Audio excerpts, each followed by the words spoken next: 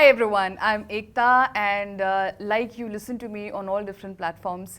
मेरे पास अक्सर बहुत सारी कहानियाँ होती है, बातें होती है, किस्से होते हैं, लेकिन बहुत कम ऐसे मौके मिलते हैं wherein I get a chance to learn something, especially when it is about spaces, energies, creations, structures.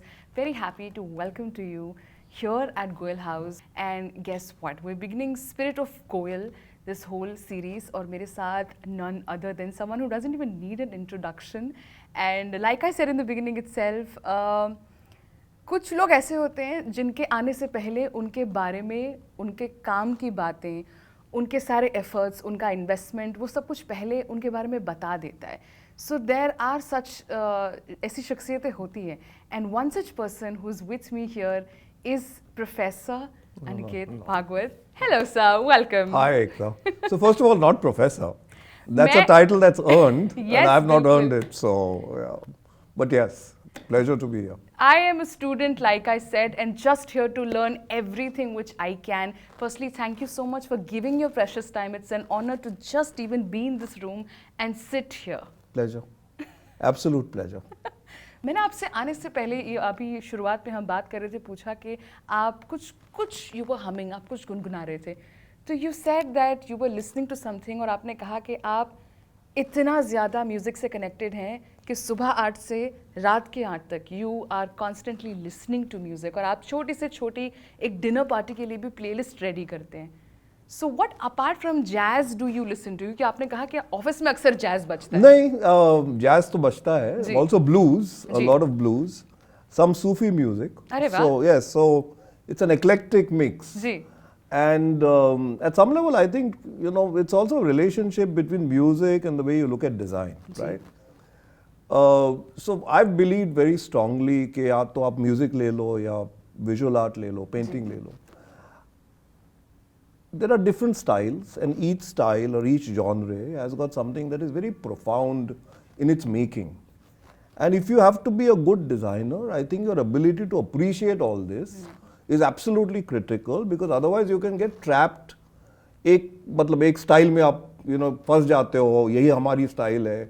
लेकिन अच्छे डिज़ाइनर का एक हॉलमार्क होना चाहिए, that he should be able to understand different styles, absorb them, make them his own or her own, and then try and develop a language or a new syntax or a new vocabulary that is relevant for that project.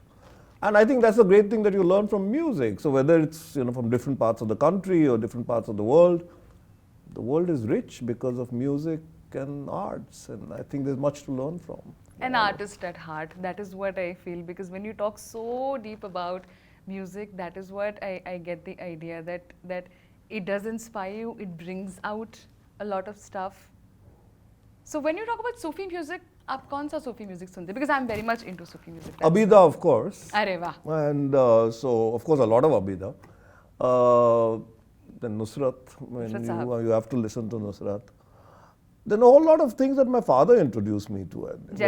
When I don't even know the names now, but a lot of Pakistani singers that he used to play me. So I've got some playlist. Sometimes I listen to it. There's actually a very interesting version done by somebody called Ramya Iyer. Have you heard this? She's done Aaj Jaane Ki Zid Na Karo. Achha. And she's done a very, very different version than the one that is done by the original by Khanun. And this is part of the Coke studio, and you must listen to this version. Okay. And you can't get it anymore. So if you try finding it, it's actually difficult to find it. Wow. It's a very mysterious, husky, sort of very different Farida Khanun sort of number. Have you heard Man Kunto Maula, which of course, has been done recently? But have you seen it with the dance? Yes. Yes. Yes. So that's brilliant. I think the scenography, energy, yeah. But that's unfortunately. So I keep looking for her. So this is a girl who lives in England, and she sings from Abhi Sampa, and she lives in England, and she learned Carnatic music as a young child, and then grew up, and now she does this Sufi. Creation. But strangely hasn't done too much more. So that's at one number. One number, only one. Yeah, so I think it's like Ramaya Iyer. So there's that one number. But yeah, that's stunning. And I think the filming is beautiful. It is Yeah, definitely. it's quite stunning. So apart from music, talking about landscape, architecture, I'm sure you get to like, you know, इतने सवाल आपके पास आते होंगे इन सब चीज़ों को लेकर, and there have been so many interviews and everything and all. Still, I would love that, like me, there must be many students there who'd love to go to the basics and understand and learn from you. What exactly do you think about the landscape architectural scene in India? If we begin from there. Well, I mean, in the sense that, you know, one can sort of do a historical perspective, but I don't think that's really what we want to do right now, right? I think it's kind of necessary first to understand a little bit about the landscape profession itself. I mean, at the heart of it, what is the landscape profession? And one can say many things. One can say it's about designing parks, it's about one can say all that. But at the heart of it, it is to be able to create a syntax which can connect you with different ideas of nature. That's all. So at some level, landscape has to connect you to the world, and the world of nature. And the world of nature is, of course, plants and biodiversity and animals and the sky and the movement of the stars. That's fundamentally the job of the landscape architect. Now, the landscape architect can use different vehicles to do it. So you can design a garden for somebody's house or a corporate place or whatever it is. Yeah. But at the heart of it, the job of the landscape architect is to tell stories of nature and connect all of us with different ideas of nature. Because very often, when we talk about nature, we tend to talk about nature like it's one singular generic thing. But as you know, like music, nature is not one thing. Nature is a million things, right? And each of it has a different meaning, a different nuance, a different texture. And the more you sort of, you know, spend your time thinking about it, and if you can create spaces where different ideas and different facets of nature are being presented to you in a way that it touches your soul, I think then you're doing your job. So the rest of it is okay. I mean, you know, that I guess is just being efficient. But finally, I think landscapes is about making us connect with the world so that we become better human beings, I guess. How beautiful you Yeah, put it in no. a way. I mean, like 10 years of my radio career, when I used to speak on air, the one thing that I learned from all my teachers was at the end of the day, connection is something which brings it out. Whatever you speak, whatever, no matter if it's the words, if it's the script or whatever content it is. And मैंने नहीं सुना कि इसके पहले landscape architecture के बारे में इतनी प्यारी और इतनी सरल बात किसी ने कही हो that at the end of the day, it is the connection. How you connect environment, how you connect, and you bring something which touches your soul. Yeah, I mean, because if you look at, I mean, I think architecture is also that, right? The idea of making space. Making spaces. And finally, what we don't seem to understand is that the walls are unimportant. It is what is held in the walls, which is the empty space, that is important. And if that space can talk, then you're doing the real conversations. So very often we begin to think of architecture as, or even landscape as, कि ये दीवार है, ये cladding है, but actually that's the envelope that holds architecture. So similarly, landscape is the spaces between the trees, the spaces through the plants, the manner in which the sky is red. That's really the story of the landscape. And I think to be able to, and it's like music, right? It is. So music finally is great because you hear the pauses of the music. I mean, the pauses are as important as the words, sometimes more important. More important. And I think spatial design is that. It's the pauses that are important. The rest of it is the structure to hold the pauses. Are you a poet at heart? No, I don't know what I'm I at don't heart. know, because you're putting it all so poetic, the way you're describing Yeah. it. I mean, till date, if we talk about whatever is available on the net or in the books or whatever, even stuff we listen in the conversations or speeches, most of it is about structures and creations and design and technicalities. But the way you're putting it, you're making it sound so poetic, all of it. But that's fundamentally why you become, why does a singer become a singer? Why does a painter become a painter? Not to paint canvases, right? But to tell stories, stories of your times. And to connect you with the past. And you know, the whole idea of connection of time, which I find fascinating. So people say, you know, design must connect with time. And I ask them, what time are you talking about? Because there's the time of the butterfly.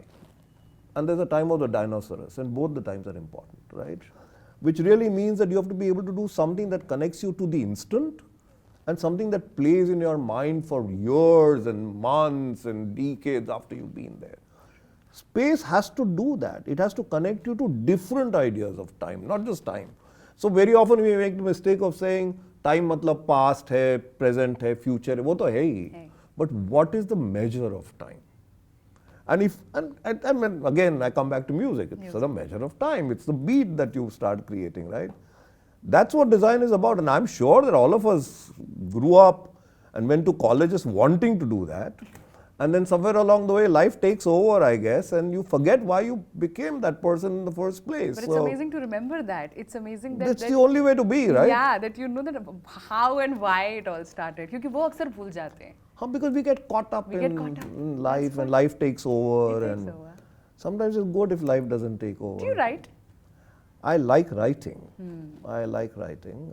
There was a point of time when I used to have a habit, and I used to write 500 words every day, just as a way of dealing with my mind. Yeah. No, I didn't send it to anyone. Yeah, but so I love words. I'm fascinated with words. So it does come out beautifully. Yeah, whatever. No, that's what I'm saying. Honestly, the way you're describing it, it sounds very amazing. That's why. So when did this happen? Like to your heart, if we talk about this whole connection thing, that okay, the whole वो बोलते हैं ना घंटी बजती है ये करना है. This touches me. This is what I want to do. If we go back to the times.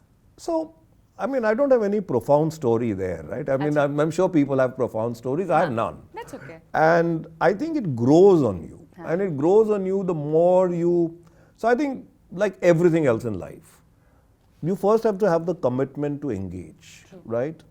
So, was I born a good designer? No, nobody's born a good designer. And, you know, I was a mediocre student, so it wasn't as if I was very good in academics. But somewhere at the back of my mind, I was a great reader. I used to read the most incredible books by the time I was 12 and 13. So books that most people don't even open till they're 25, I'd finished reading them by the time I was 13 and 14. So Solzhenitsyn, Nietzsche, I'd like poured through them, right? And I'd understood, even while I was reading those books, which were very complicated, that I wasn't going to understand them unless I read them twice and thrice, right? Or went back and read pages again and things like that. And I realized that application or rigor is the only way to build love that is lasting. The other love is instantaneous, right? And it'll go as quickly as it'll come. But if you want a long-lasting love, then you have to put in the effort for it. And the effort is, and that effort is a rigor that you bring to what you do. And there are times when you don't understand things, and you wonder why everybody says, ye bahut pyara hai, ye bahut sundar jagah hai. You don't know. But nonetheless, you know, I used to go and just sit. So I remember for the bulk of my life, and this has stopped only last 5 years, but I think for about 30 years of my life, twice a week, I used to take my cycle in the night, go to Sarkhej Rosa, sit on the steps of Sarkhej Rosa, alone, and think. And I've gone there in the rains, I've gone there in the full moon night, I've gone there when there's a no moon night, and I have to go, and I have to sit, because I found it very profound as a place. And I've been drawn to places like this, right? So I mean, Sarkhej Rosa is one place, Adalaj of course, but I never managed to go there very often. Bhimbetka, if you know, in near Bhopal, which is this old cave. Jagdish Chowk in Udaipur. So there are places in my life that I've gone and just sat, right?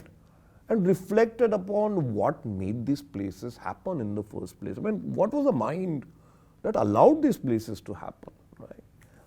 And then gradually you start building a deep bond to what is happening in these places. And that bond is not about कि पत्थर बहुत प्यारा था या carving बहुत प्यारा था, but it's about the dimension of the lake. I mean, you look at Sarkhej, right? So have you ever wondered the dimension of the lake? On one side you have the Rosa, on this side you've got the Kings and Queens Pavilion, right? This is sacred, and this, if you want to call it, is worldly or profane, whatever you want to call it. Imagine if the lake was double the size. This connection would not have happened. Imagine if it was half. the sacred and the profane would have mixed. So there's a dimensionality that is almost like crazy, it's cerebral, right? And you sit and think, hua kaise yaar? Matlab, who figured this out? And then you sort of, gradually begin to say that this can only happen by thinking about everything over and over and over again. Sometimes you'll get it right, sometimes you'll get it wrong, it doesn't matter. But the fact that you must invest huge amounts of thought in every little action that you put in became a habit. And once that becomes a habit, then love follows, I guess. And that's a deep love, so it doesn't go that easily. It is beautifully.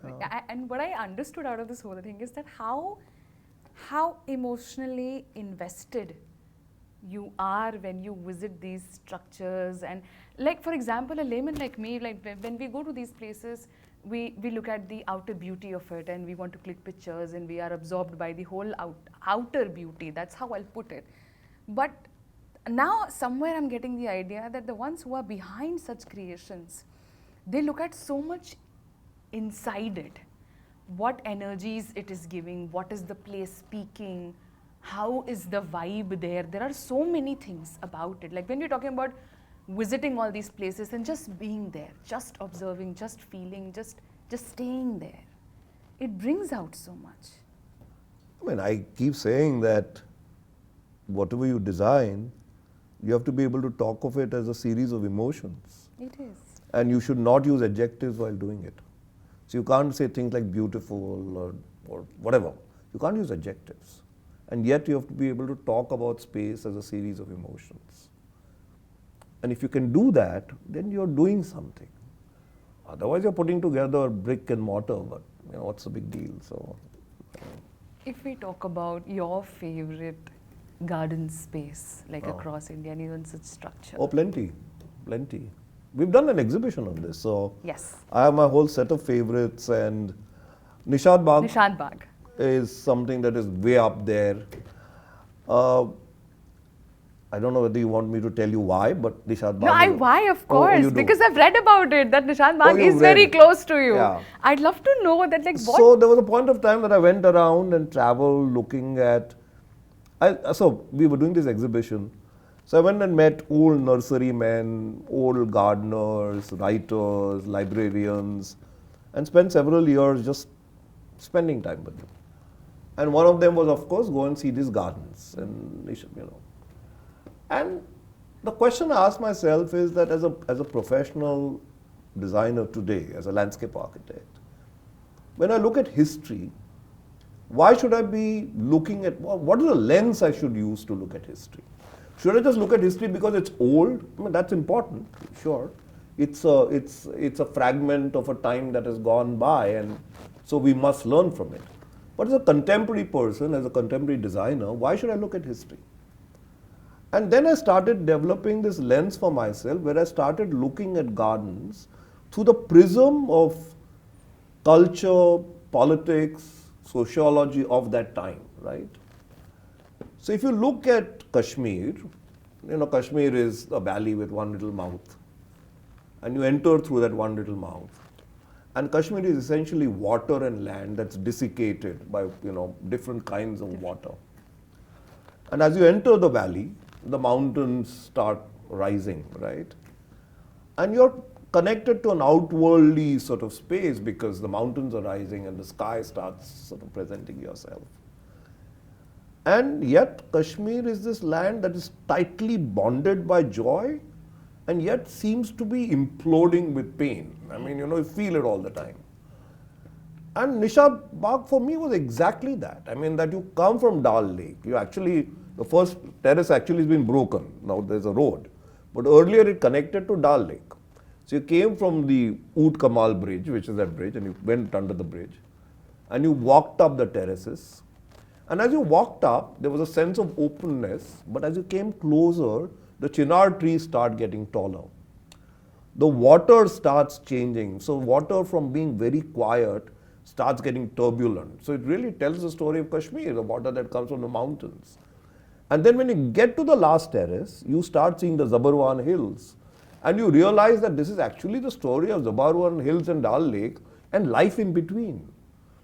And this is the story of Kashmir. So I started looking at gardens as a way of understanding where we are as people. And I found that lens pretty interesting, because otherwise, you can walk in and say, ye paving tha, ye stone tha, ye planting tha, which is fine. I mean, that's important too. But unless one begins to look at some metaphysical, some conceptual structures in the spaces that are profound, so you have to answer to yourself, why are they profound? I mean, Why? you just can't say they're profound because somebody is saying they're profound, right? Why are they profound to you? To you. And the other one that I thought was stunning was Rambagh so this is Babur's first garden in Agra when he first came here. It's a big garden and it's essentially a grid. And it connects to the river on the other side. And so you entered. It was late in the evening. Vinay, who was my colleague, and I, both of us went there. And I sort of looked at it from outside and said, what's the big deal? I mean, I know this garden. I mean, I've studied the plan. I know the garden. It's a grid. So what's the thing? And then I started walking. And when you start walking on a grid, slowly you start losing your sense. And it actually happens. Your sense of place starts disappearing. Because you're walking on what feels the same, but you're actually moving. Right? So you think you're doing the same movement. So while the body is moving, in your mind you're doing the same steps because you're just walking on a grid. So your body and your mind can't relate to it at some point. So actually at some point I had to stop. And I said, was I moving? Was I not moving? And I realized I'd actually gone through half the garden. So my body had moved and my mind was still stuck there. And the only way that I could find reference was with the sky and the water. And these are the kind of things that fascinate me. That how simple things can just change your perception in life, right? So yes, I mean, I've got a whole bunch of gardens that I love. These are two of them. Which was the recent one that you saw and you're like, it did move you, or there's some... So I'd gone to lecture in, there are two actually. I'd gone to lecture in Melbourne and finished the lecture. And they took us to this place called Cranbourne Botanical Gardens, which I believe anybody who goes to Melbourne must make the trip to. Whether you like gardens, you don't like gardens, it doesn't matter. You must make a trip there. He's right. And this is really, so botanical gardens usually are repositories of plants and they've got greenhouses and you kind of know. Here, these guys have been able to create literally the poetic narratives of the landscapes of Australia. So you've got the red deserts, you've got the glacial lands, and you go there and it's almost like, that actual piece of nature has been supplanted here. So it's fascinating. So that I called it the Taj Mahal of botanical gardens in the world. So that was beautiful. And the other one it's a public park called André Citroën, the old Citroën factory in Paris. And it's interesting because as public gardens, we followed one typology for the longest time. The French are the only people who've experimented with that typology. They did it with Parc de Villette and they did it with this. And here, you start seeing the ideas of form and wilderness put together constantly. And it's something that I've always enjoyed, that, how do you start putting the hand of man and the hidden hand of God in continuous conversation, but they're in conversation. They're not standing alone. And how do you keep doing these conversations between them? So when you traverse through this landscape, well, it does things to you because, you're listening to many voices and you're trying to figure out what works for you. So I thought that was a beautiful garden too. Yeah. What is your idea of an Indian garden? Like what comes to your mind when we talk about an Indian garden? From a Genesis standpoint, I think it's very difficult to pinpoint something that's an Indian garden because our roots go back to pre-Mughal, for example. Yeah. And Shakuntal talks about the cloud going on and describes the courtyards below. And so it's first of all, I don't think that there's anything like an Indian garden because, till 75 years, there was nothing like India. There was nothing. So, we were a large mass of people with different states and different, kingdoms. But I think the idea of ritual is very important in the Indian garden. And that's not true in a European garden. And it's also perhaps coming out of the fact that a lot of our earlier gardens were connected with a temple, or even if it's a domestic garden, a courtyard garden in parts of Maharashtra or Kerala or Bengal, that the woman of the house was connected to the garden because there were a series of rituals that were there. So whether it was puja, whether it was to get food from the garden, and somehow that whole act of being connected with your garden is something that I find, it perhaps is there in Japan, but I don't know enough about Japan. But I certainly know enough about the Americas or Europe, and I don't think that ritual exists in those gardens. In our case, it's almost a cultural, religious and social ritual. मतलब आप फूल निकालते हो, you know, there are many activities. there's so many things that you do with the garden. तो ये एक ritual वाली चीज I find kind of interesting, that एक बगीचा किसी के लिए आपने बनाया है और उसके साथ you try and embed and hope that you know they enjoy those rituals that you are embedding into it, because it changes your life. I mean, changes the way that you... It definitely does. It definitely does. So I think there is a lot which I'm going to make notes about, and this entire conversation has given me a lot today. A lot of learnings, a lot of insights, a lot of understanding in terms of how these places, when they are created, there is so much behind them in terms of energies, thoughts, and a lot of investment, emotional investment. So a totally new understanding that I've got today. So My pleasure. Thank you so My much pleasure. for giving your precious time. And as a student, I'll just say that I have taken a lot out of this session. So thank you so much. Thank you very much. My pleasure.